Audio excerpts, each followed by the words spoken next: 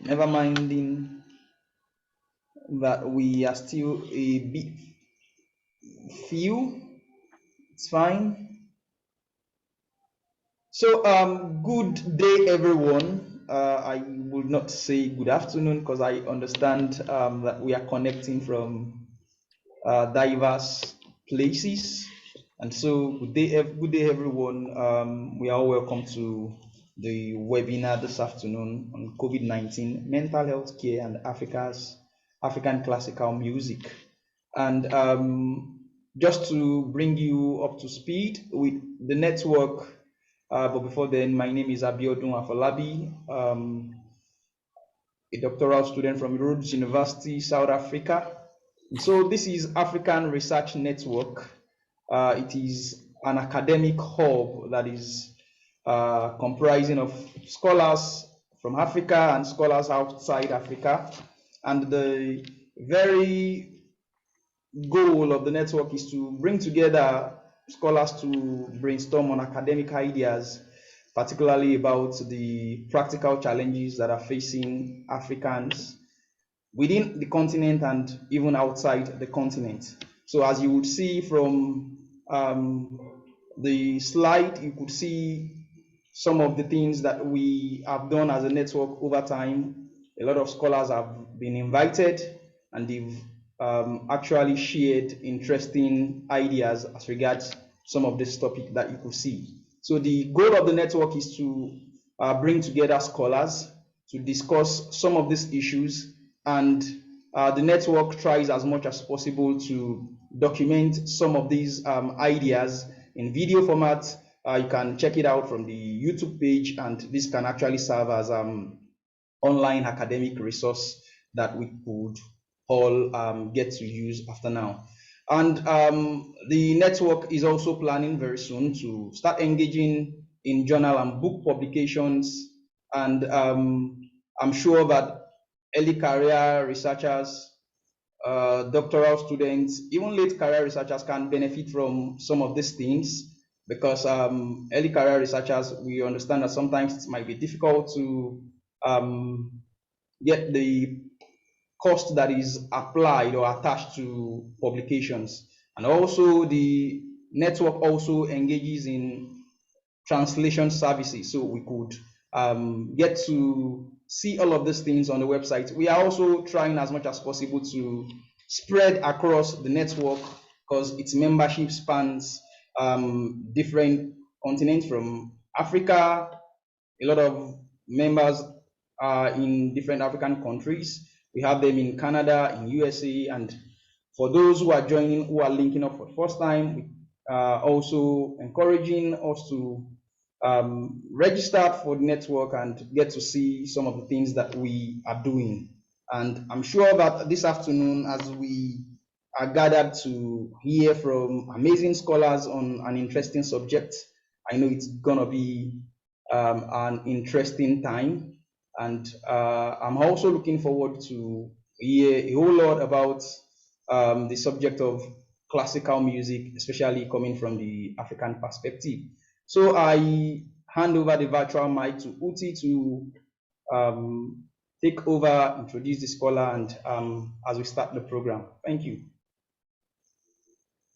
Thank you, Abiodun. Good morning, good afternoon, good evening, everyone, depending on where you're joining us from. Welcome to the ARN webinar for this month. We will be engaging three very prominent scholars and learning from them on the subjects of COVID-19, mental health, and African classical music. Note, please, that the session is being recorded previous recordings of similar webinars are available on the website, and you can check those out. So our program today is going to be in three parts, where we would have the presenters make their different presentations, and then we would have questions from the audience, and then lastly we would round off and conclude. So in the process of listening to the presentations, if you have any issues that come to mind, questions, please feel free to type it into the chat and we will track those comments. And then if you prefer to speak, towards the end, it might be time to actually vocally express your questions and also have them addressed. All right, so we'll go straight to introduction of the speakers for today. We're going to have firstly to speak Dr. Olayinka Ogunlade. And Dr. Ogunlade completed his BA in music and MA degree in music psychology from the University of Lagos, Nigeria. He has had music therapy training with Professor Anthony Mereni, Dr. Kendra Ray, and Professor Christian Go. He's currently a music therapist and a researcher on music therapy, aging, health, and well-being. He has published and co-published a number of articles and book chapters. So after Dr. Ogunlade's presentation, we would have the next presentation by Dr. Joseph Kunnuji. And Dr. Kunnuji holds a doctorate in ethnomusicology. He's presently a postdoctoral fellow at South African College of Music in Cape Town, University of Cape Town. And he combines teaching, research, performance in his work, exploring African music. And his research is actually inspired by West African Ogu music. His compositions and performances have been a blend of jazz and African indigenous elements, creating a musical synthesis. And his research interests include reimagining African musical traditions. So we would be happy to hear from Dr. Kunnuji today. Lastly, we would also hear from Professor Anthony Mereni, who is a music therapist too. He was trained at the Cherubini National Academy of Music at the University of Salzburg in Austria. He has had his practical music therapy experience also in Salzburg and has worked for several years in Florence as a music teacher, music therapist, consultant. He has also worked, he's also a fellow of the Centro Toscano and a co-founder of the Italian Association of Psychotherapy. So he is now a member of the British Society for Music Therapy and also the founder of the Gemma Regis Centre for Music Therapy. So that's a brief summary.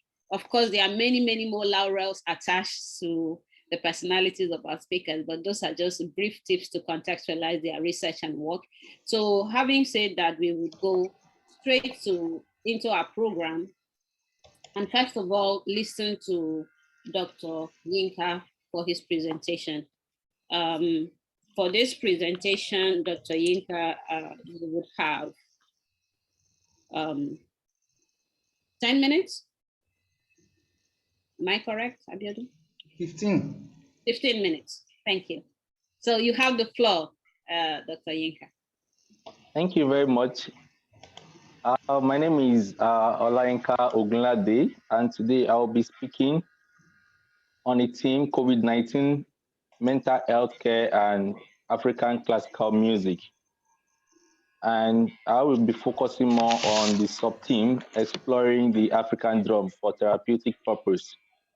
Now, the concept of all this is basically about what is music therapy, what music therapies are facing, and how to develop the African kind of music therapy that will be suitable for Africans. So that's the focus of my presentation today. So I will be speaking firstly, the content of my presentation are what is music therapy, the African drums, the categories, and the implication of these categories for mental health treatment. Like I said, the subtitle will be focused on exploring African drum for therapeutic purpose. So I'm going to give a blend of all this content together towards the end of my presentation. Quickly, the third slide, sir. Most of the time, we actually do not understand when we talk about music therapy. We look at music therapy from different angles. But what music therapy is, it is the clinical and evidence-based use of music intervention to accomplish individualized goals within a therapeutic relationship. That means we are using the element of music to accomplish, to help individuals achieve certain goals they are unable to meet. And it is actually being done by someone who has actually studied music therapy from an approved college. Next slide, please. Now, what we look at it, what is it that music therapy do? Music therapists use music-based experience, that is music performance, composition, singing, and some other music activities to address client needs in one or more domain of human functioning, such as cognitive, academic, emotional, psychological, behavioral, spiritual, or aesthetics. And how did they go about these things? We actually use the element of music. People actually sometimes look at it that, when you actually play this type of music, you should expect this result. It doesn't actually work like that as for us, music therapists. We actually use the element of music. That is what we focus on. That is when you look at the melody of the music, the harmony, the keys, the mode, the meter, the rhythm, and others, the instrumentation. These are the things we actually use for therapeutic purposes. The next slide, please.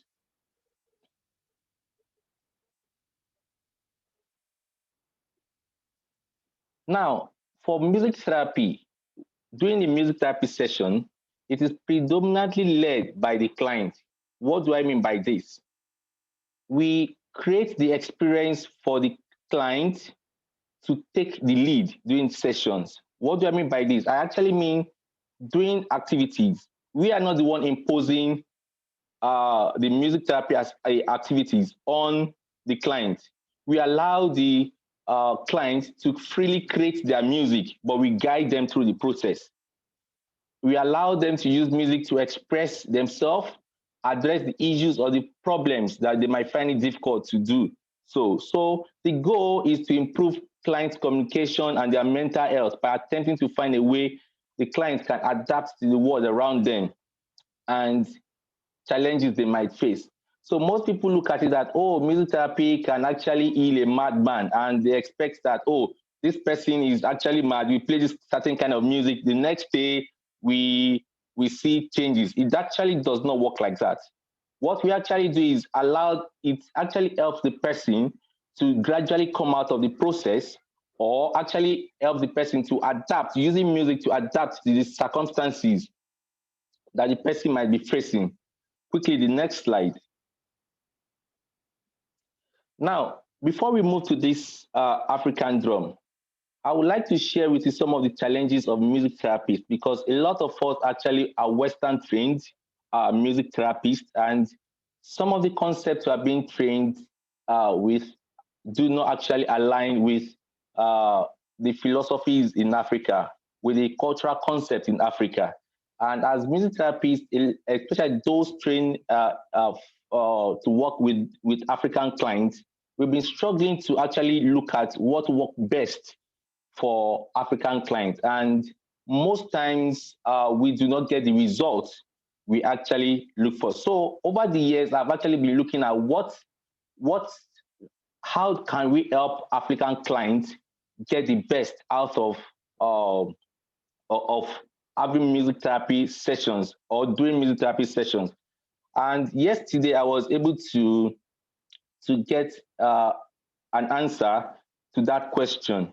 And that was, I had a field work yesterday, which I actually did on African drumming, not relating to this presentation, but something different. But it gave me a a different view of how to work with my client better. And I actually looked at it from this point of African drum. Realized that African drum is something that is common among Africans, and the drum actually unites us as African, because you find drum in virtually every activities in the African culture. So drums are very essential in the percussion group of musical instruments, and they are normally played with the ends, either or with a stick, either one stick or two sticks. And drum have a unique way, a more profound symbolic meaning when compared with Western music. Most times when we play our African drums, it's actually different from the kind of drums when they play in the Western world, because they do not have symbols or meanings to their playing. But to an African, the drum means a lot to us. It is life to us.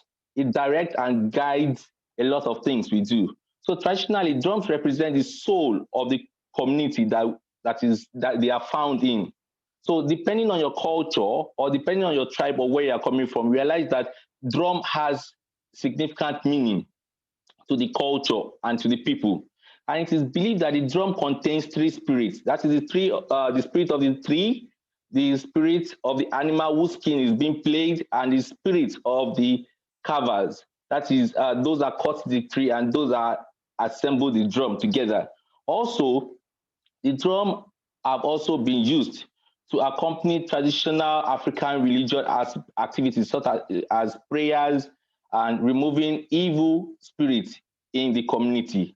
So we've seen a lot of, as Africans, we've seen a lot of drum activities that are connecting to our religious activities. And during prayers, we use drums, either regardless of your religion, either the traditional religion, the Christian religion, or the Muslim religion. You realize that we have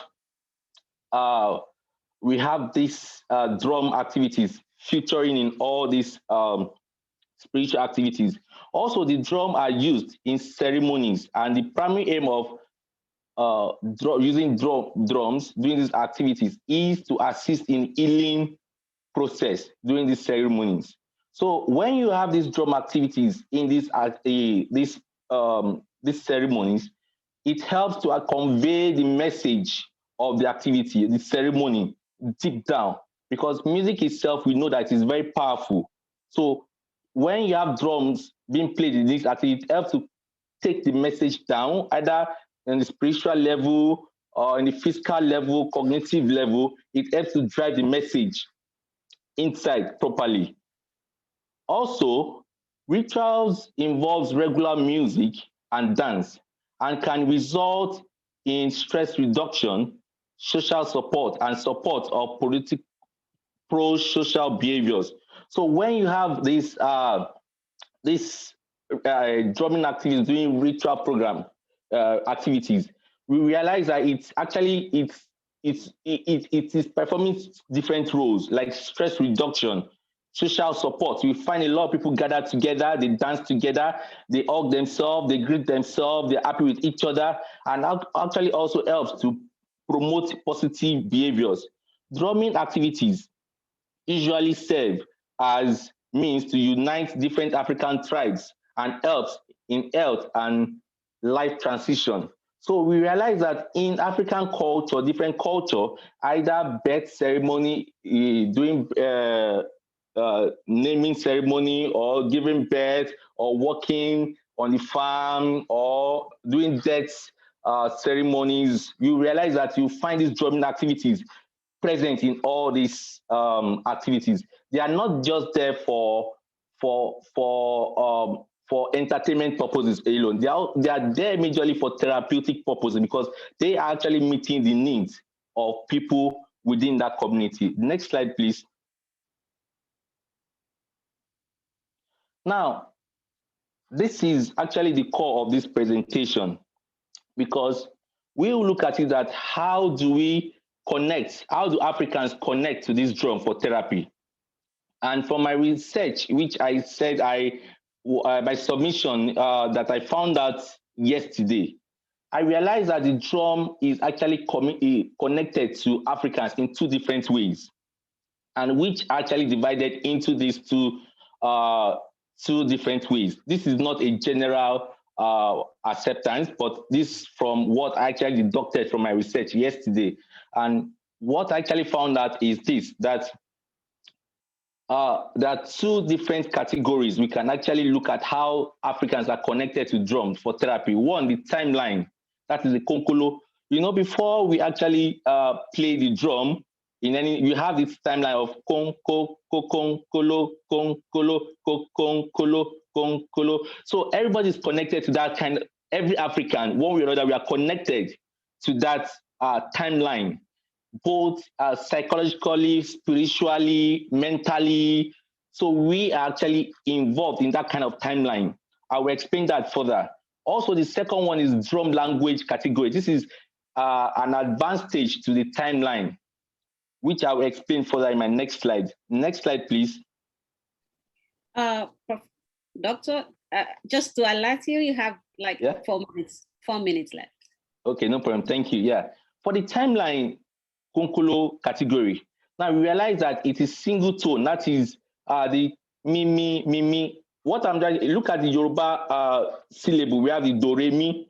So it is the mi of the syllable that is single tone. It has papam, papa. So everybody can actually flow with it, and it is high pitched.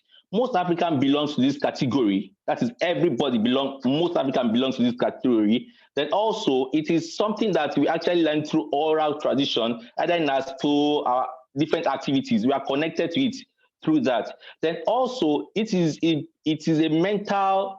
It creates a mental imagery in our mind. Everybody has this mental imagery, so it can be reproduced via any media. You can use your hand, your body to create this rhythm and create other rhythmic activities. Also, the physical, visible response to this timeline is movement. You see people, once you have that rhythm, you see people dancing to it. Also, moving to the next one, movement helps to sustain attention to this rhythmic activity.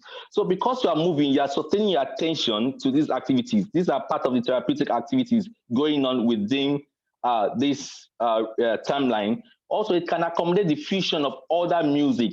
So you have foreign music like jazz, Western music come together. It can accommodate it. Then the next one, music as therapy in Africa within this category can be compared with music therapy in the Western culture. That means this kind of timeline category, you can actually use this kind of music maybe in the hospital, wherever you find yourself, because everybody can relate with it. Next one, quickly. Now, the drum language category, this is now for advanced set of people within the African culture. Only initiate, understand it. What do I mean by initiate? Only the drummers, dancers, and active listeners understand this drum language. It has complex timelines, that is different timelines coming in, and it consists of combination of notes. You can use either the do re mi from the syllables working around it. Also, it can also be mastered. That is, we can all learn it. It helps to preserve the African culture. It retains the indigenous, it is being retained in its indigenous nature. Also, the core of music as therapy in Africa is preserved in this point. Although I don't have time to actually explain this further, but later we can discuss further on that. Music therapy in Africa can only be used within this African culture. What do I mean? Most times, like during the interview yesterday, while we are having the interview with one of the drummers yesterday, and he actually beat the drum. We didn't know what he was saying. He actually called the bata drummer that he needed to drink water. We were there with him, but we didn't understand what he was saying. So the communication happened and we didn't know. So it's a more advanced level. And some other things are also embedded. Also, one of the examples I will also create, there was a time I was in the church, a deliverance service in the church. And after the deliverance service, there was a Thanksgiving. And we had the talking drummer playing. And I realized that certain people in the church, especially the youth, they were flowing with this music. And I was like, why are these people flowing, jiving? Later, someone now told me that, do you know what the drummer is actually playing? He's playing something different from what the church stands for. He's actually playing a different tone, a different rhythm that some people that understand that kind of language, the drum language, they are keying into it and they are singing. And I wouldn't know if some people who are Yoruba, they understand. He was playing Kokoro Mortuary, Ogunlade, like the key to the mortuary. He has, I can't really interpret that very well because I really don't really know much about that. And also the last example I will give is, there was a time, 2012, when I started learning about music therapy. I had this neighbor of mine that listened to Fuji music. There was no light, that day it was very stressful. I had a very stressful day. I was in my room resting, and he was there listening to Fuji music. The thing was disturbing me. I was feeling so bad about it. And by the time I got out, I was really sleeping. Even the mosquito, when there was mosquito, he was enjoying his sleep with the kind of music. Like, this music is noisy to me because I am Western trained. I feel that, okay, when you want to enjoy yourself, you have to listen to very calm, classical music and let it flow into your brain. But he was actually listening to a kind of music that I feel, is noisy, is too high, is too loud, but he was able to connect with that because he has a strong connection with the African culture. Quickly, next slide. Your time is up. I am wondering whether you can address. Yeah, this is the final one. Okay. Just 1 minute. Yeah, 1 minute, please. No worries. Yeah. So, what is the implication of what I've said to this? Now, in terms of assessment and care planning for music therapists or anybody using music within their domain, if you understand these two categories, you're able to know where to the kind of music or the kind of planning, care planning you're going to give, and how to provide your music therapy sessions for them. Secondly, it helps to meet the needs of your service user. You won't just assume that your service user or people that need music to support themselves only need this particular kind of music. Then the third one is it helps to reduce and stop distortion of balance. Like in Africa, one of the problems we face is balance. Now, for instance, let's look at some of our corrupt politicians. You have one old man there sitting down in custody of your money, and he sits down to watch the television and is listening to some of the music where you have the youth, showing this kind of wealth, different cars. And what will he be thinking? He looks back and say, when I was young like these people, I did not enjoy this kind of money. These people are singing and showing different kind of cars. He looks at it, well, let me use my time to enjoy this money now. What if we play a kind of music, or we promote a kind of music that actually tells them about our culture, that preserves our culture, talks about Shango, that talks about Oya, and says, if you commit this social crime, this is the end result. Maybe Shango will kill you. I'm not actually talking about, I'm just trying to give this as an example. So we realize that the person is able to think and understand the cultural value and things you need to do rightly, and you realize that things are flowing properly. And lastly, it helps to promote innovation. Now, look at this drum, this African drumming that we're talking about. If you check the internet now, you realize that in the US, we have what they call drum circle. People pay to do this trading. And we are living our culture, we are living this out for people to actually come and exploit and take it abroad. So we need to develop our culture in this aspect to be able to have people to develop Africa generally. So thank you very much. This is my submission. Thank you so much, Olayinka, for a very inspiring and thoughtful presentation.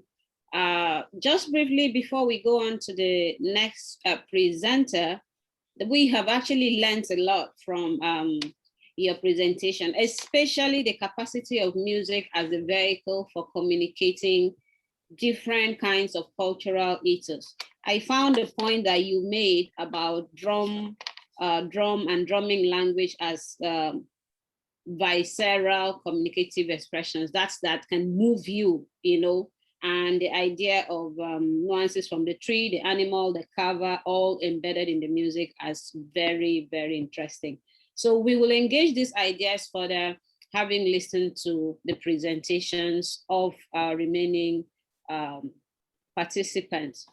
The next presentation is going to be from Dr. Kunnuji. So Dr. Kunnuji, you have the floor and you have 15 minutes. Thank you.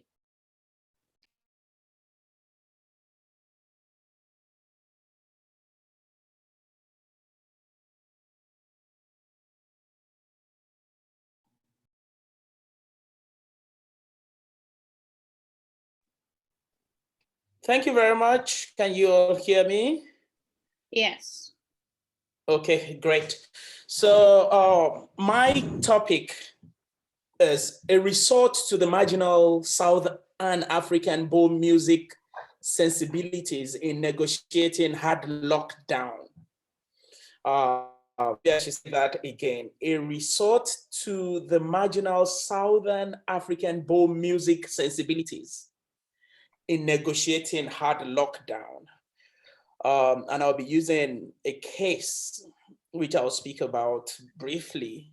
So in this presentation, I have the introduction, negotiating hard lockdown using both sensibilities, the case of James Mcclure, and I'll go further to explain Southern African bowl music, then the therapeutic value of bowl music, a few musical examples, then I'll just mention a line on modernist capitalism as a theoretical perspective to this discussion and conclude. So as an introduction, Thomas Torino in his 2008 article, Are We Global Yet?, questions the use of the term global and concludes that only very few things affect everybody everywhere. And I came to the conclusion following Torino that COVID-19 is one of those few phenomena affecting everybody everywhere. We can talk about the economic impact of COVID-19, but more specifically, I'll be focusing on the mental health impact on creatives, particularly musicians.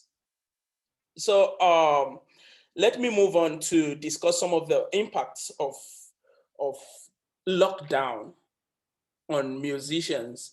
You find that at the beginning of lockdown, several musicians, apart from, like most of us were affected economically, but apart from that, many musicians were at a loss, not knowing what to practice and how to go about it, because usually musicians practice towards something. For instance, someone could be practicing towards a performance, but here is lockdown, and for the next 1 month, at least it seemed initially, for the next 1 month or 2 months, there were no performances in view.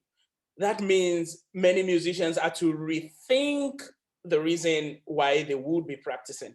So I'll go on to talk about James, negotiating hard lockdown using both sensibilities, the case of James Mcclure. So James Mcclure is a South African jazz trumpeter who is based in the Netherlands. And interestingly, James only started really studying Southern African musical traditions after he moved to the Netherlands. He, like me, only came to appreciate his musical heritage after being away from home. And being away from home proved that his heritage was his most unique selling point. And that was the major reasons why he started checking out his musical heritage. I'll say a little about that. There is this pattern which has been observed by many authors that musicians become more culturally aware when they step out of their homes or when they step out of their comfort zone, where they are grown up, where they have learned, where they are from. For instance, someone like me who is living in Cape Town and I'm from Nigeria, I'm from Badagry, that kind of. So some authors have identified that those kind of occurrences make people identify better with their heritage. So James has to be one of musicians in that category. And during the 2020 hard lockdown, James also, like many musicians, reconsidered his reason for practicing his instrument. It turned out that he needed to continue practicing in order to reinforce his identity as a creative and to reinforce his skills and also his sanity and also for self-healing. You would observe during the hard lockdown, many musicians will stay on their balconies and play their instruments. And other musicians will also respond from other balconies. And that seemed to be like a model. And it was replicated in several parts of the world. We saw it in Italy, later on in South Africa, in Brazil, all over the world, musicians were communicating from their balconies.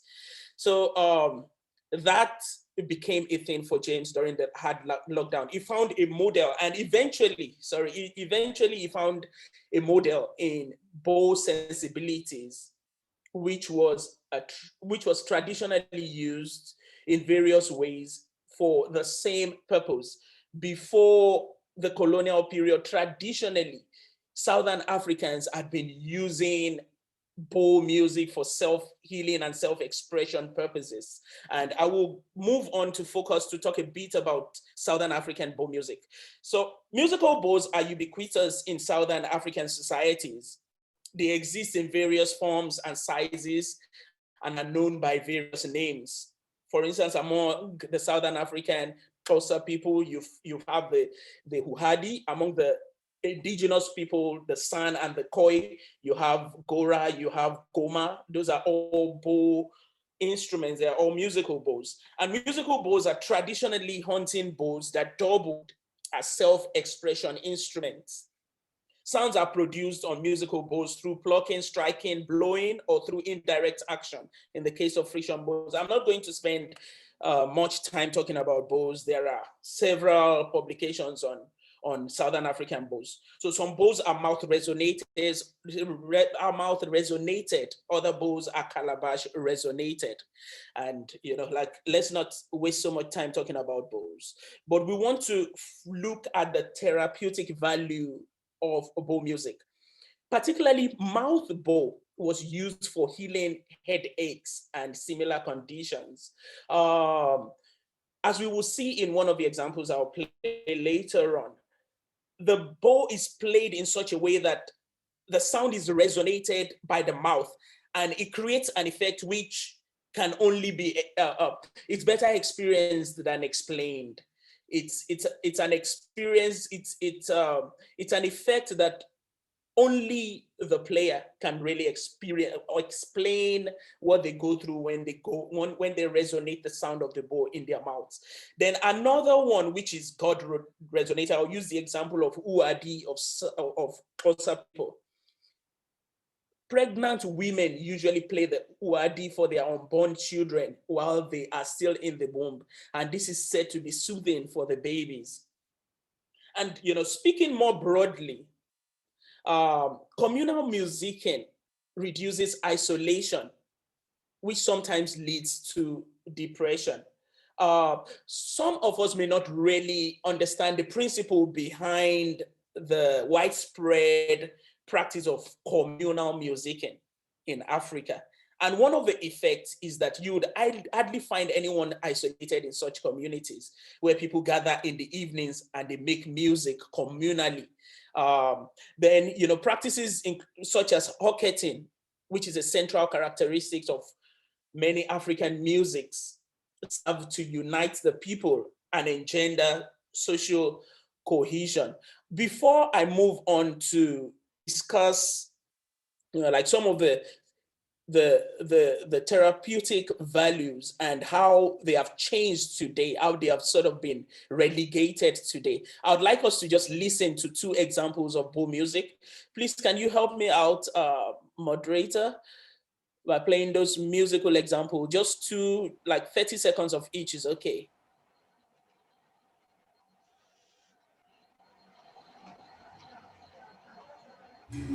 Can we also see the pictures?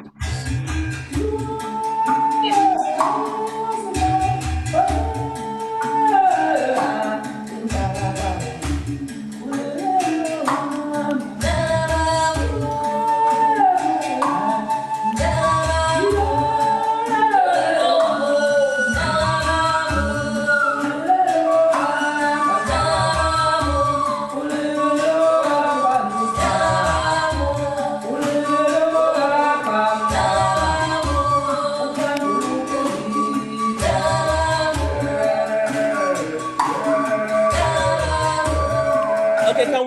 next example, please. The Who Are These is the one in the middle, played by Madosini. That's the woman in the middle. This example doesn't really focus on her. So that's the first example. Can we go to the next one, which is the mouth resonated bow?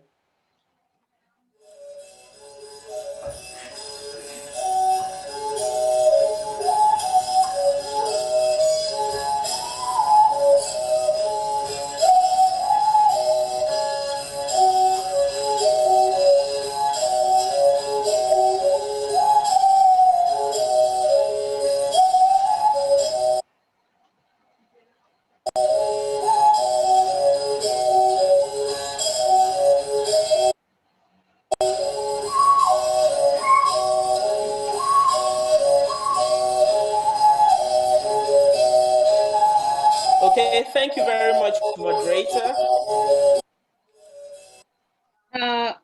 Dr. Kunnuji, so Yeah. 4 minutes approximately.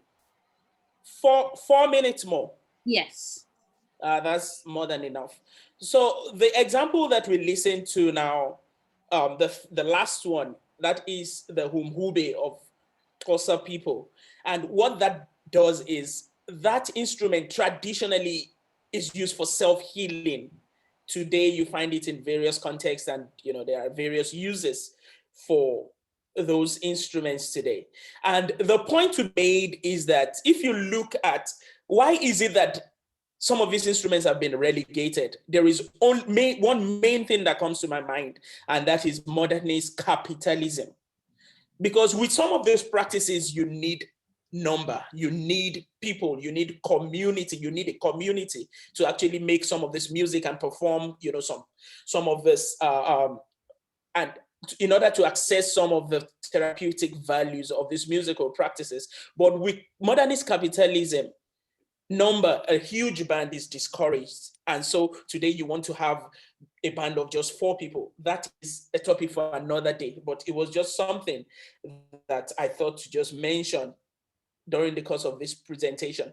And having said that, my conclusion is that COVID-19 has raised a fundamental question on the modernist capitalist approach to music, that is playing music for the sole reason of making money or for economic purpose only. Traditionally, musicking was not for the purpose, it wasn't for the sole purpose of making money. You find here and there professional musicians who depended on patrons, and they would sing them. But beyond that, there were other purposes, and one of it was therapy, self-healing, and all of that. So there is a need to reimagine some of the classical African musical practices and leverage on their therapeutic benefits. A resort to traditional African classical music and their pre-capitalist uses is potentially beneficial. Communal performances, I would encourage communal performances instead of individualism promoted by Western art music for therapeutic purposes. What that does is, what that means is that there will be less depressed people because you have a community to rely on. That's just like the surface, that's just like a layman's way of explaining it. But there are several of those traditional practices that served way more benefits than we have reduced them to today. Thank you. Thank you so much for an excellent presentation.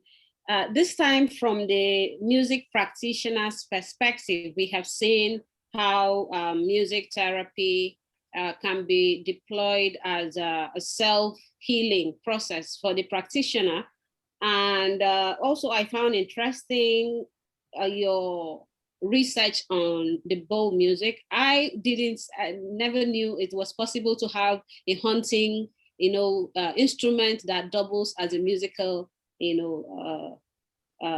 instrument, but it makes perfect sense. The hunter in the bush might want to, have something with which to entertain themselves while waiting for the game to come or something to that effect. So thank you for that. And then you also spoke about forms of embodied knowledge that these musical instruments convey and the impact of modernist capitalist ideals on these forms of music. So thank you so much. I'm sure we'll have a lot of conversation later in the question and answer section. So please, again, if you have questions for any of the presenters so far, type it into the chat, or you can just note them down, and then when we'll get to the Q&A, you can raise such questions. Thank you. Lastly, we would have the presentation by Professor Mereni, and here goes. Augustine? Impromptu. I don't quite share with everybody and scholars. I'm happy to be among you, and especially to have to participate in this colloquium, I would call it, though impromptu. I don't quite share the view that African music is more or less noise. By the way, now, music as such is structured sound, and there are two types of sound. One of them is one we call noise, the other one is called tone. Now, coming to African music specifically, under the influence of rhythm, which is actually the introduction, the meaning of music in African languages is rhythm. Now, under the influence of rhythm, anything that happens is still music. Some of the in the instrumentation of African music, when African instruments are playing, where African instruments play together, as a group of instruments that is referred to as noise instrument. Thanks to Professor Nketia of Blessed Memory, noise group of instruments. Now, and then what? You call it noise group, but it is still in the music. Of course, you understand that when music is playing, when the African music is playing, anything inside it can make aesthetic sense. In fact, those noise group of instruments do make aesthetic sense. I give you an example. When serious drum beating is going on, especially, for example, in funerals, you hear gunshots. That gunshot conveys an aesthetic meaning. Just like somebody can begin to talk or to yodel, to ululate, you call them noise group, but they make aesthetic sense for the lookers and dancers, and all lookers and dancers. So depending on what the person is talking about, or what the person is talking about, there is no really what people call noise in the Western concept of it. When something like instruments or melodic or musical forms. Now, for instance, in contemporary African music, there's a lot of the pop tendencies coming from America has influenced some African music, especially. So those are, but then you find out that the pop, then the jazz, all of them have indigenous African origin. Those African music were carried over to the Americas in the time of the slave trade, done by classical musicians. We are reflecting African. I know some of the operas of Mozart, for instance, the Empyrean aus dem Serai is trying to depict some African things, especially in the orchestration, and also the Aida of Verdi, as is talking about something that played out in Egypt, and then there are certain things, the rhythmic, some rhythms that are of African origin, the hemiola temporis and all those things are found in African music. If they're not borrowing it from Africa, it is actually African. In fact, the hemiola temporis has been called a signature tune of African rhythmic work. That is the 2-3. So there are a lot of influences. In fact, I was engaging in a research of the African elements in classical music composition. And I think there are a couple of some of such things that I can highlight in due season. Talking about musical instruments, the history of musical instruments has not really been given a thorough idea, because there are several, for instance, the pianoforte. If you watch the pianoforte as a European instrument, you have to question instruments like the xylophone, which has this keyboard. Couldn't it be regarded as a prototype of pianoforte? And then look at things like the violin, and then we have the goje, the one-string goje. And again, in the Syntagma Musicum of Michael Praetorius, there are some instruments he drew there. And he said that they are from the Indiana. Then it has been researched, and then you know that during the slave trade, a lot of our instruments, a lot of the slaves were forced to go with their art, their instruments. Particularly, there's an instrument I found, is it number 2000 or something of the Syntagma. It is like a viola, but this instrument is from Central Africa. So it is difficult to talk about this instrument as European instrument. The harp, for example, cannot be. Now, for instance, I have a Theban harp. So there are so many things I tell you that the history of musical instruments, and all of them, that's from prototype, have not been given serious attention. But there's this question of people trying to hurry and say, "Oh, this is European. This is completely European."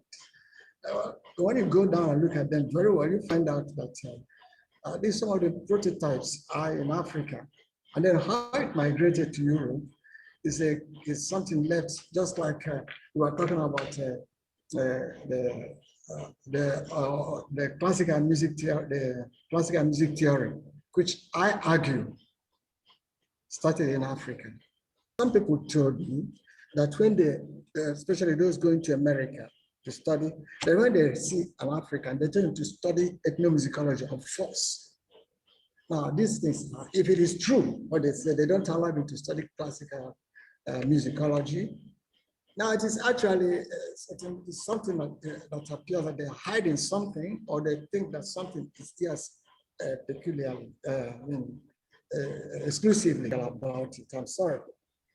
Now, what many of them study is that what music is used for in African culture. They just go to tell you, now, when a child is born, this music is played, and then when this is done, music, but then what of that music itself? What is it like? What is it? What's the meaning of the musical tone in Africa, or the musical scale, if there's anything, the pentatonic scale? It is, what link has it to the African culture? So now, ethnomusicology as a specialization in pop music and then entertainment music is different from musicology as such. You see, and it shouldn't be a downgrading if it is taken seriously. The phenomenology of African music. Yeah, it is something like this ethnomusicology. But what music therapy, I can tell you very much that it's very much African. Of course, I have admitted that it started. An Egyptian medical doctor was a person that first prescribed music scientifically for therapy, especially with regard to psychotics and so on.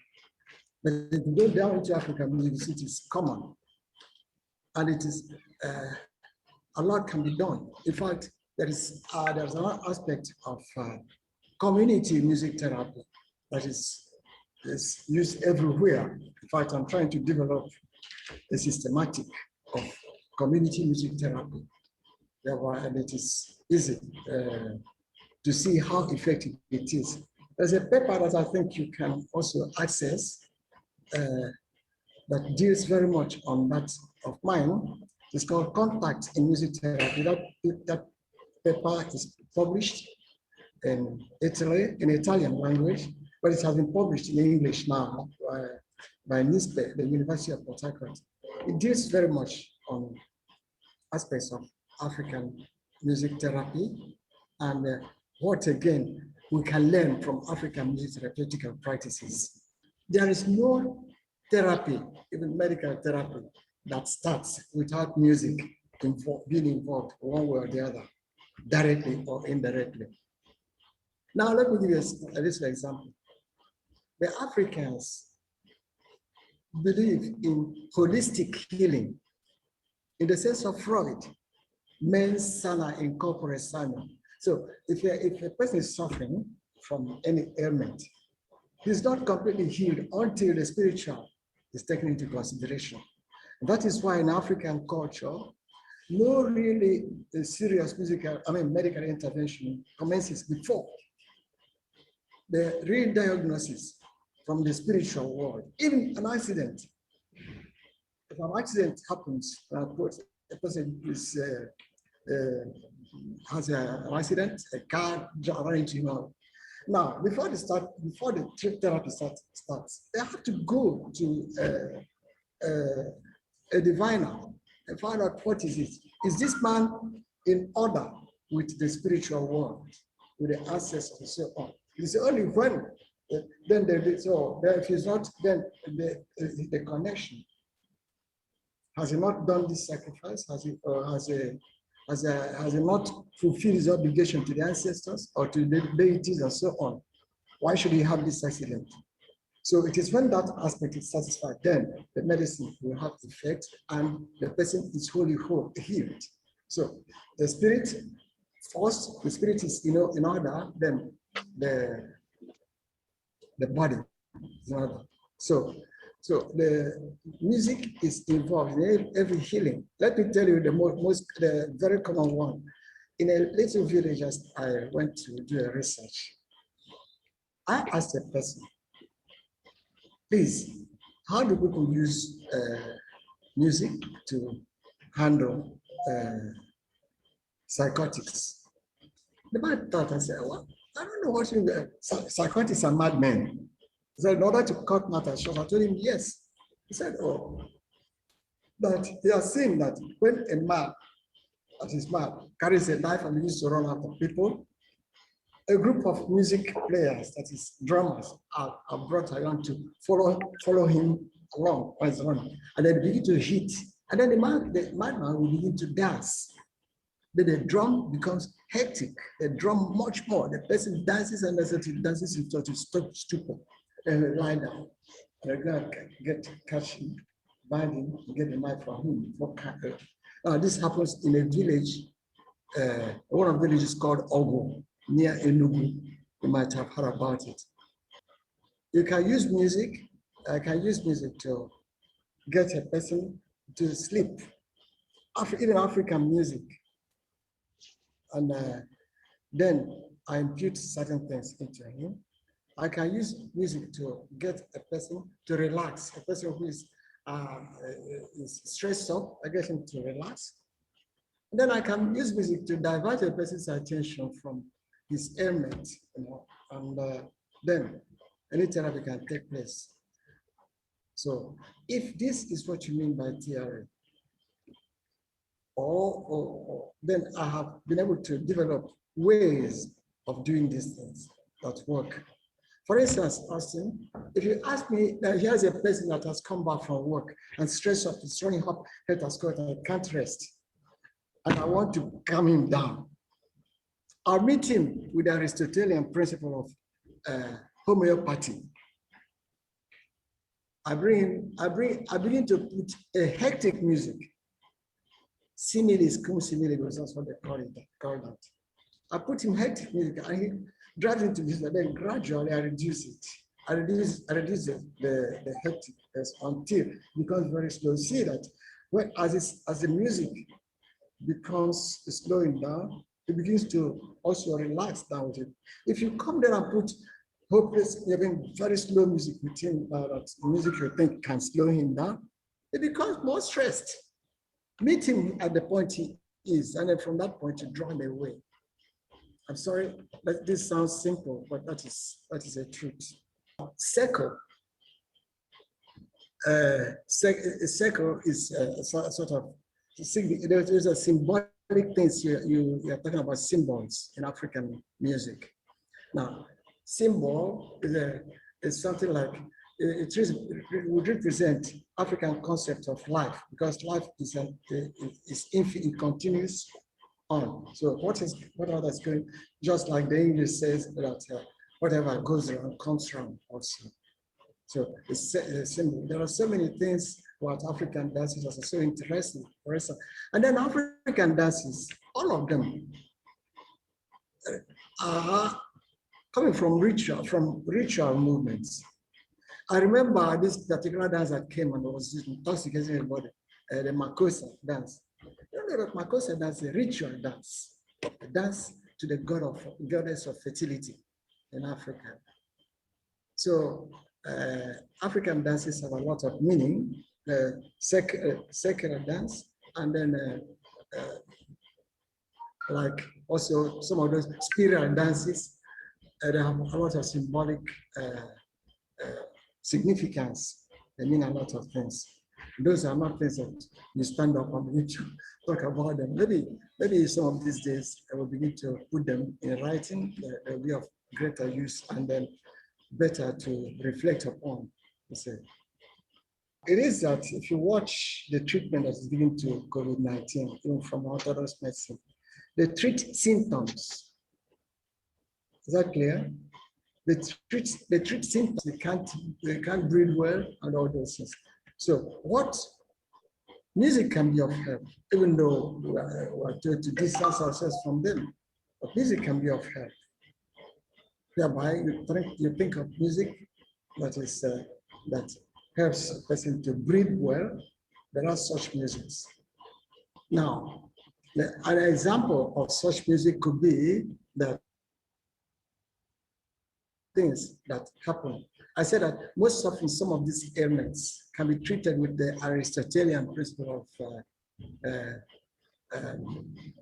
similes cum similibus.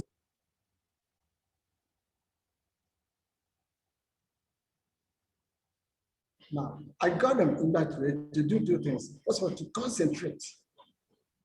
When they opened their eyes, I asked, somebody told me he had to, and he was correct. There's the tone, there was the knock, and in the phone, the sound. Any sound, you knock it, you hear the hard sound, and then the expansion.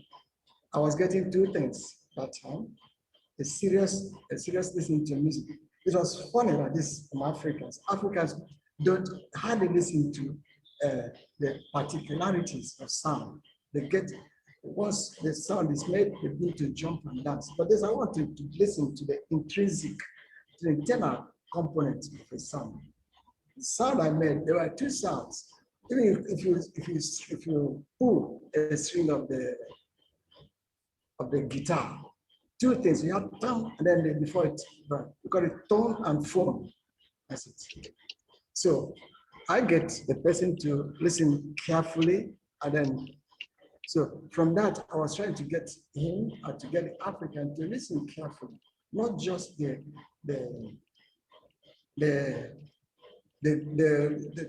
sound as a mass, but to listen to some particularities. Better if it came in form of these questions you're asking, then I'll talk of my experiences.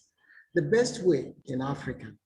Now there's a book I'm writing called the title, actually it was research I was doing for the University of Aalborg in Denmark. The title, Prolegomena, towards the construction of a music therapy regimen for psychotics, for Black Africans suffering from psychosis and neurosis. Now, there is just a prolegomena, that is guidelines what I should follow. Now, the present, I've come to the stage, to the place where I'm writing I was talking about musical sensing. Now, it was part of it that I was telling you about, where I got people to listen deeply. Now, it is like if I play the flute, you are led immediately to listen carefully. But if I drum, you really begin to jump up and begin to dance. That's why people either hyperbolically or so say that drum music, rhythm, is the element of music that goes into the ear and passes from the ear to your limbs without the mediation of the brain. I want people to mediate, I want sound to mediate it about musical, whether African or Western music, to have its mediation, first of all, in the brain before going to their limbs, if it should have to. So, to give music therapy, you must understand music. You must understand what you want. I remember the wife of Professor Ikweme, the one that is dead now, that is Lucy. Now he was going to give music appreciation lesson to students of arts and science and so on. I began to play them music. Play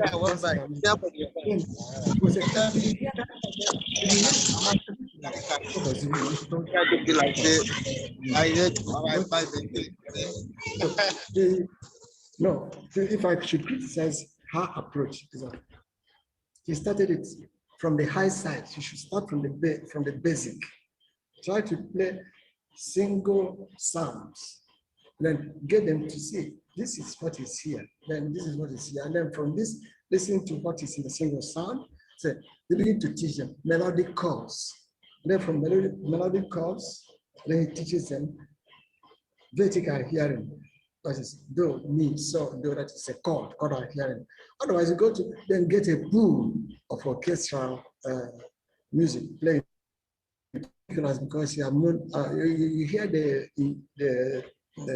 whole sound because you have listened to the particular sound. So you won't read. So what I would emphasize in teaching Africans music therapy, how to go about it, is to get themselves to appreciate music. So what does music actually say? What is music as such? I said music is structured sound. How do you structure sound? Well, I said, what is sound?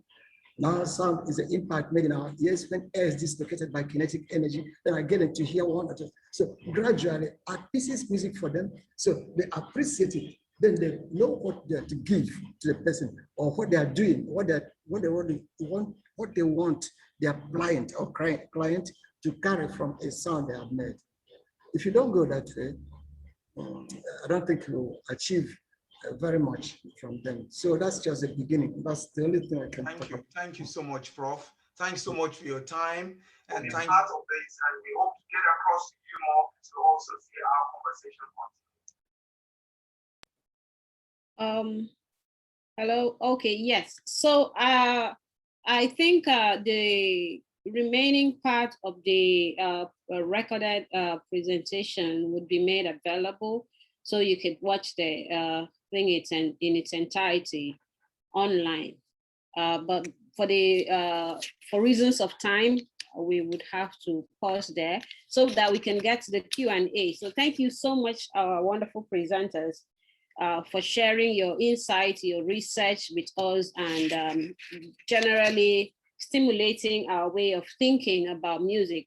I really like the emphasis on ethnomusicology in Professor Mereni's presentation, especially his suggestion that the historicity of Western musical instruments should be traced back to what might be their origins in Africa. And also, I never knew the origins of Makossa as a ritual dance, so that's something interesting too. So now there's been a lot of conversation going on in the chat, and we would be opening up for Q&A. So if you have questions that you are yet to raise, please feel free to type it into the chat. And I will start with the question that Professor Mereni's presentation made me think about. And it was this, the question is to you, Dr. Kunnuji. And it's about this idea of African sounds as being more composite than focus on particularities. So the idea that African sounds, as they are in terms of their very innate elements, are often more compositely, interwoven than singularly or focus on particular elements. Is that something you also found in your work in this research into the bow music? Because I noticed that in the video that you had, there were 3 musicians all playing in harmony. So I'm wondering whether that's something, and if so, how does that relate to your concept of music therapy? Okay, thank you very much for that question. One thing that I usually try as much as possible to discourage is the use of that word African. You're talking about millions of people, you're talking about thousands of people groups, you're talking about hundreds of thousands of musical practices. So you risk essentializing when you begin to say African music is like this. It's better, I'd rather go for the specifics. And regarding the bow music, there are certain expressions that are self-expressions in bow musical practices.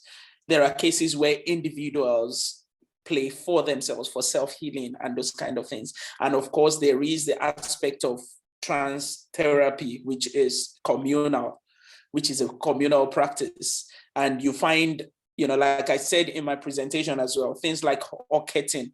Hocket is a technique in which individuals play smaller beats and the composite to create a composite sound. Maybe I can try to demonstrate that with my mouth. If the melody is if the melody is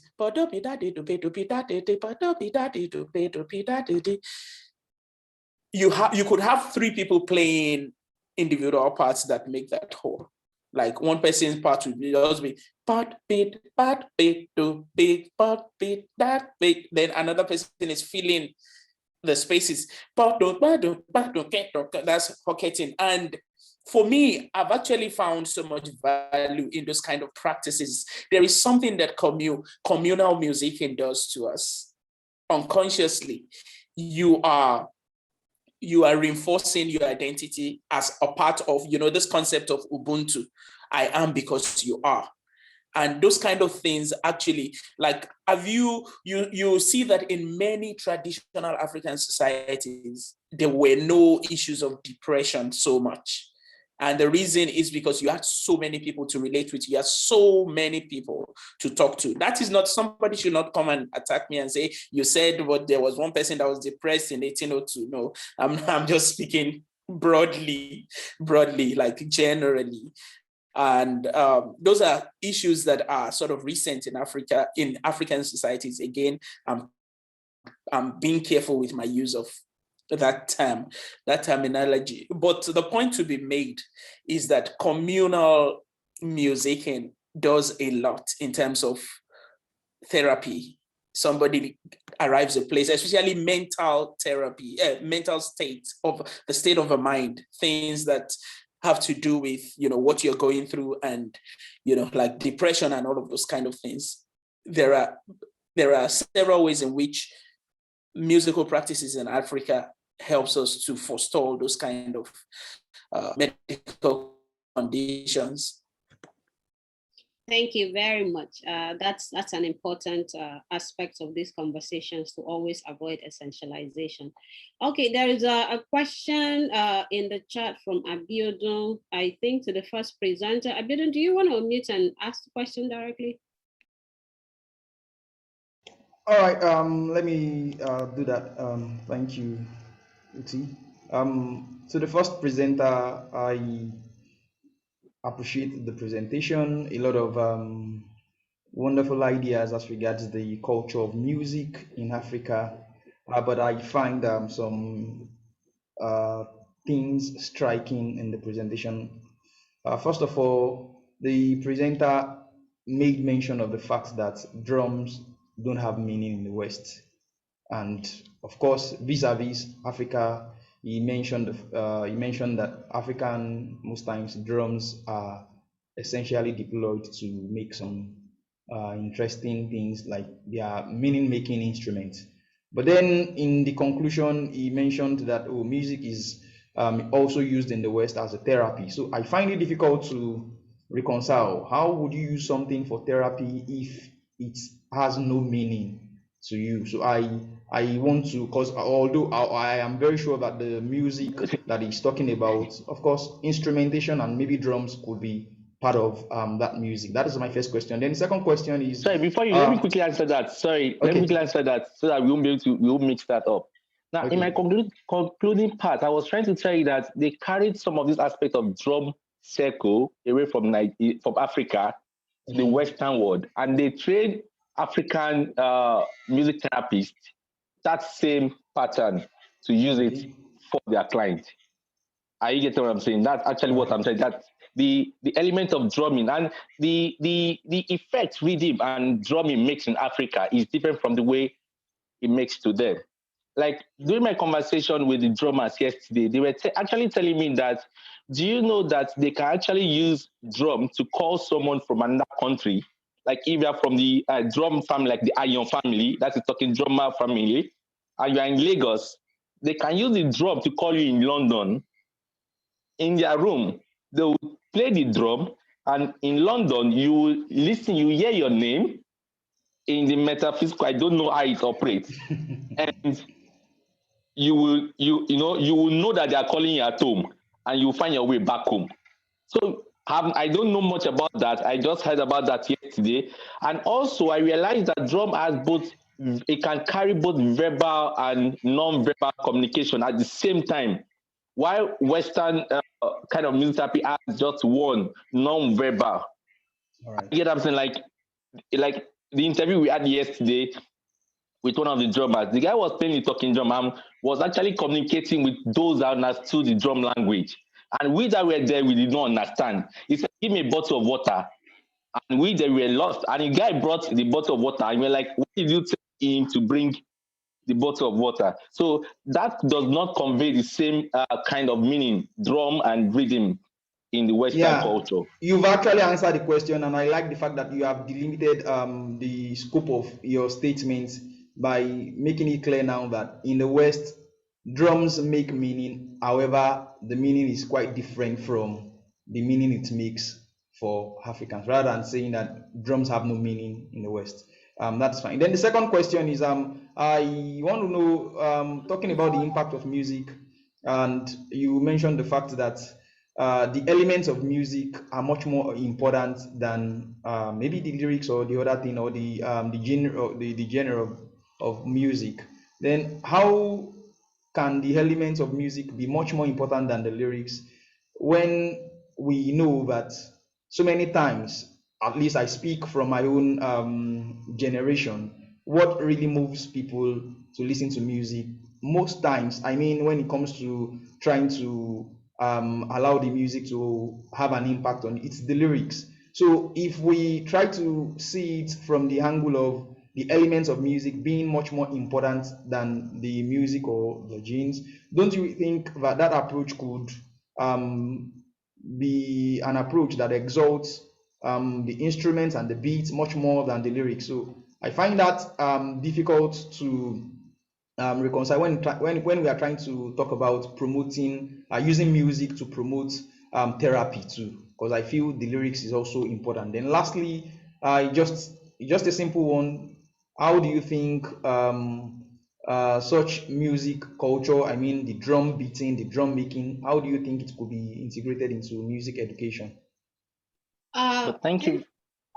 Just if you don't mind, Olayinka, just before you get into that question, there are a couple of questions in the chat too that I would want to highlight, and then Dr. Jim Paris also has a question. So I would want to synthesize the questions in the chat together so that you and then Dr. Kunnuji can respond to all of them while we begin to think of wrapping up. And the questions in the chat, I think most of them are pretty specific. One of them is about this idea of African classical music and the disconnect between the youth So still speaking in generalities, but there is a tendency that youth within the modern urban setting may not really be connected to traditional music. So how then do you, what suggestions would both presenters have for, bridging that link, making the gap to enable this therapeutic element that you both have highlighted to be accessible to youth who have suffered such a disconnect? And then the second question is about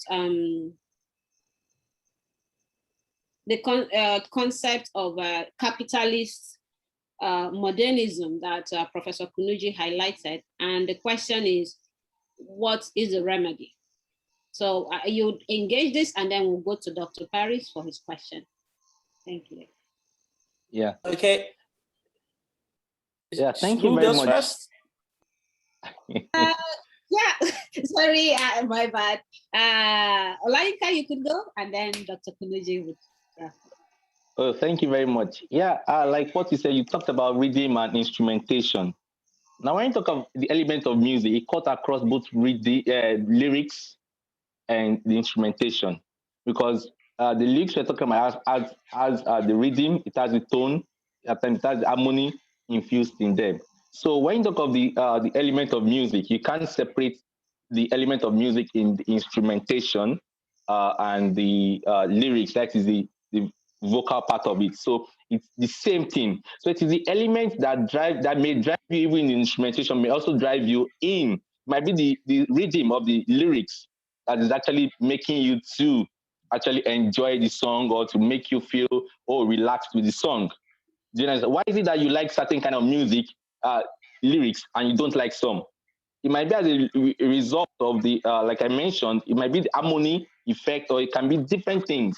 So we have the same thing actually. So it depends on your person. Like when I was doing the definition of music therapy, I talk about individualized goals.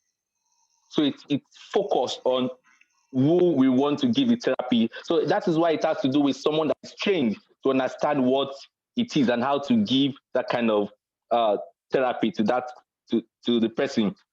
Then the last question you asked was about how to infuse traditional music in our education system. Now, one of the major problems we have is that our syllabus is a serious thing in Africa, which we really need to work on. We have, there was a time I had an interview with a school. I wanted to work with this, and they're like, do you know the British curriculum? I was like, yes, I know about British curriculum. You want me to teach your children about British curriculum? And I'm talking about your culture. Now, at the basis of the primary level and the secondary level, nursery and primary level, you should be doing what they call music aesthetics, like appreciation, music appreciation. And you should bring these sounds, like what Professor Mereni was talking about, all these sounds, xylophone, this small, let them appreciate the sound. You can use some of these this drum language, to tita, like all this, to let them understand, to get them involved in this. But instead, we actually give them I'm not saying it's bad, I get what I'm saying, but we are talking about developing our kind of music. So we are giving them something different. Nowadays, it's not even music education. Now we are giving them the kind of music for entertainment purposes. I'm not saying that is also bad too. But with this, we will not develop our kind of music in Africa. Thank you so much. Dr. Kunnuji, you weigh? Yeah, I think I want to discourage people from saying, how do we get our youth to be interested in something, from this indigenous or whatever. I think what we should be thinking more about is how to reimagine the traditional practices or classical practices. The solution is not to make people go back. We should stop romanticizing with the past. The solution, the reality is there is a trend now. What we have now is different. So how do we bring this? Like I was talking to someone a few months ago, and he was saying, whichever instrument from Africa, any African traditional instrument that cannot reinvent itself in the modern time, will die. That is the harsh reality. Whatever, and it's not only about Africa, it's like all over the world. Go and check indigenous peoples. Whatever it is that cannot be reimagined in the current dispensation will become something for the museum. And that is not the aim. So the question is, how do we reimagine these practices? And I must say, like you saw on the stage, Madozini was performing with the umhube on a modern stage. That is not the traditional context for that umhube, that bow that she was playing. So there are several ways by which people are reinventing, and it's also wrong for me to say this is the way. There are several ways that people can use this instrument in the modern times. Talking about modernist capitalism, talking about modernist capitalism and how it has affected some of these practices. One of the things that came to fore when I was talking to James Mcclure that I spoke about in the presentation is that many people post-COVID are beginning to rethink why they play music. It's no longer about making money. It's no longer about just that. You've seen that people are beginning to see that there are so many uses to these practices. And my own personal role is to create that context, for instance, among the students that I teach, that context where you can come and, that communal space where you can come and express yourself. That space where it's not about how much who is being paid. It's just about we want to make music. And I find it a bit easy in school environments because students who are learning, they always yearn for opportunities to perform. They won't, and given that, and that is one of the reasons why you have so many, like the major big bands today are school big bands, because in a big band, like jazz big band, you have so many musicians. Only schools can afford that because they don't have to pay them. But professionally, it's difficult to maintain a big band. So I would say I'll start from my school, from the students I teach, try to make it a thing again, to make music communally. I'll stop there for now. Thank you. Excellent suggestions. Dr. Paris, you could ask your questions now. Hello, everyone. Thank you. Thank you. Wonderful presentations, all three. I'm very much enjoying. First of all, I would like to say how I'm very interested because my research done 3 years ago in Cameroon, I was using a psychoanalytically informed research method. And there was this presumption that rather like you have this sort of stereotypical idea. Well, it's in fact still persists that quiet was needed for the production of free association and vivid memories. The quiet of Freud's drawing room. And I found in my research that working, in fact, with young professional Cameroonians in universities, that very noisy, very boisterous conditions did not, if in any way, limit the richness of production of memories and imaginative ideas and a type of reverie. This important notion in psychoanalysis. So already, some of your presentations, confirm that there's something was going on that is distinct, or at least theoretically misunderstood in European thinking, or perhaps distinctive for Africa. I don't know. But I also have a question, which again, this point about distinction in African art, music, the same thing I feel, and it's this point, and again it's been touched on by all three presentations, but perhaps it needs to be elaborated because again, perhaps this is also somehow distinctive for Africa. It certainly is classically described as being distinctive, this point, but somebody mentioned movement and dance, because again, in my research, I also, while I was in Cameroon, I also interviewed many traditional healers. And there are points in my interviews where it became obvious at this point, music, I was asking a question about music, but in fact, the person we were simultaneously talking about dance. It was the same thing. The language, somehow in the language, there was no separation, dance, music, and in the imagination. So I don't know if any of you want to speak to that point, please. Thank you very much. Yeah. Thank you for your question. Okay. Olayinka, yes, I just want to emphasize, just highlight the point that we have a short time left. So maybe you might combine your response and your concluding remarks, and then we would be home dry. So thank you. Yeah, go on, okay, sorry.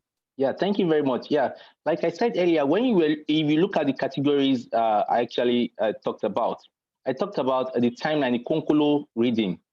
It's like a mental picture in the mind of most Africans. So when you listen to a particular song, or when you talk about song, either singing or playing the instrument, the visible response to it is movement, because you have a picture of the rhythm in your head, either the music is playing or not.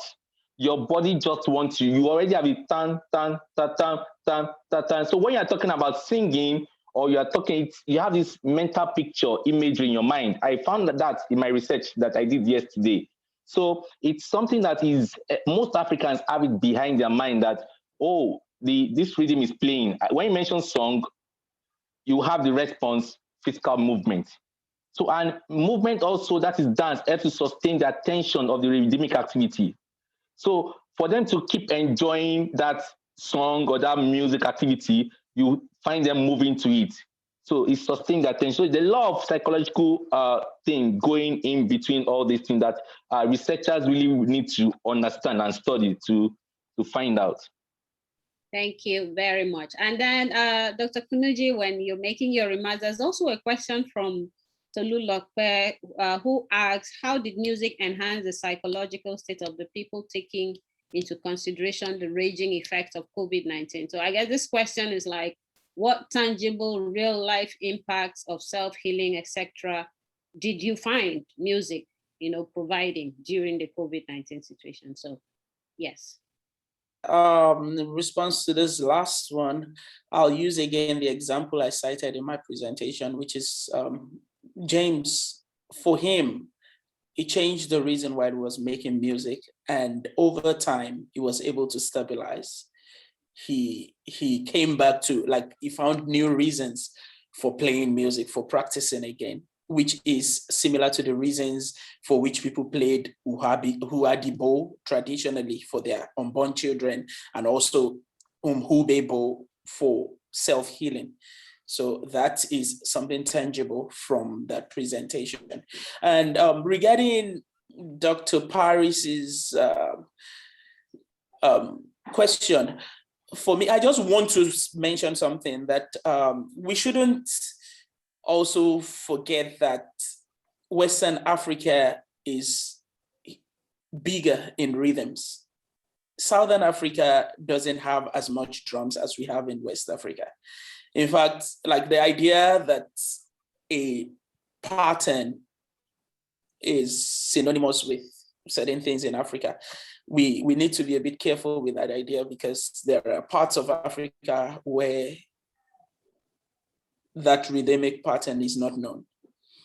So yeah, I'll just want to, so we need to be more specific in terms of if you're talking about, the timeline and all of that, because it's mainly a West African thing. That's what I found. Thank you. Thanks again to all our presenters, our wonderful audience, all the fantastic questions. The conversation continues. Now we have heard from the perspective of the music therapies for the audience, music therapy for the practitioner, and then ethnomusicology as a focus on praxis and historicity from Professor Mereni. All this goes to shed light on the fact that an emphasis on African cultural production can really illuminate what's happening within the Western academies in very dynamic ways. So thank you so much. We will now hand over to Afolabi, who would conclude with remind us about our next program. Yes, we want to thank our distinguished panelists for the thoughtful presentations. Olayinka, Dr. Kunnuji, and Professor Mereni. It has been an interesting time listening to those distinct African perspectives on an interesting issue like music. Just to inform our audience, those who are linking up for the first time, it is interesting to know that we do this every other month, and we also encourage you to check up our website that has been posted on the chat group. Also, to sign up, the membership link has been posted, and of course, we have a lot of things going on the website. The newsletters, bulletins that comes up every other month, we have them. You can check them out. Then also we will be having another edition of this webinar next month. The title of next month's webinar, let me try and share that. I'm not sure, is my screen visible? Yes. Okay, all right.